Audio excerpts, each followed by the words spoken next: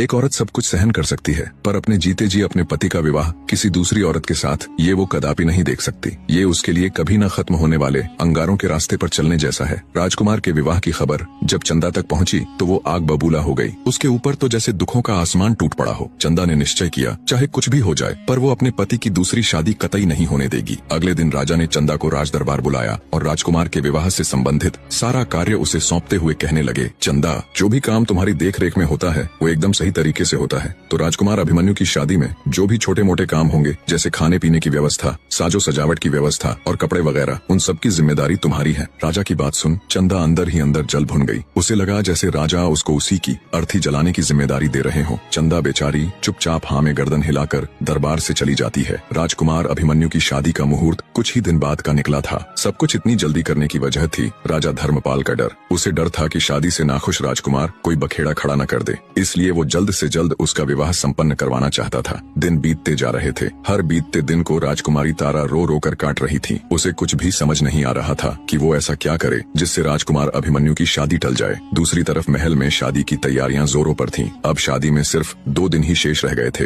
राजकुमार की शादी थी तो राजा ने बहुत बड़े भोज का आयोजन भी किया हुआ था। आसपास के सभी गांवों से लेकर पास लगते राज्यों तक को भोज का निमंत्रण दिया हुआ था। पुराने समय में जब बड़े पैमाने पर भोज का आयोजन किया जाता तो भोजन के लिए मिट्टी के बर्तन उपयोग में लाए जाते थे। तो शादी भोज के लिए कुम्हार जब मिट्टी के बर्तनों को लेकर राजमहल आया तो उसने चंदा से पूछा, इन बर्तनों को कहाँ उतारना है? गुस्साई चंदा बोली, इन्हें बाहर ले जाकर पटक दो। चंदा की बात सुन कुम्हार असमंजस में पड़ गया। अब चूंकि राजा ने चंदा को ही देख रेख का कार्यभार सौंपा हुआ था तो वो उसके कहे को टाल न सका और उसने बाहर जाकर सभी बर्तनों को नीचे पटक दिया। फलस्वरूप सभी बर्तन नीचे गिरते ही टूट गए। इतने में तेली भी तेल के पात्र लेकर आ गया। राजकुमारी तारा ने हुक्म देकर वो सारा तेल भी मिट्टी में उड़लवा दिया। यही कृत्य उसने ग्वाले के साथ भी किया। ग्वाला जब दूध लेकर आया तो चंदा ने उसके सारे दूध को भी जमीन पर बिखरवा दिया और अंत में जहाँ खाने की सामग्री रखी हुई थी वहाँ अनेकों कीटों को छोड़ दिया, जिससे सारी भोजन सामग्री भी नष्ट हो गई। राजा को जब इन सब की खबर लगी तो वो मारे क्रोध के पागल हो गया। गुस्से में लाल पीले राजा के क्रोध की कोई सीमा नहीं थी, क्योंकि विवाह के सिर्फ 2 दिन ही बचे थे।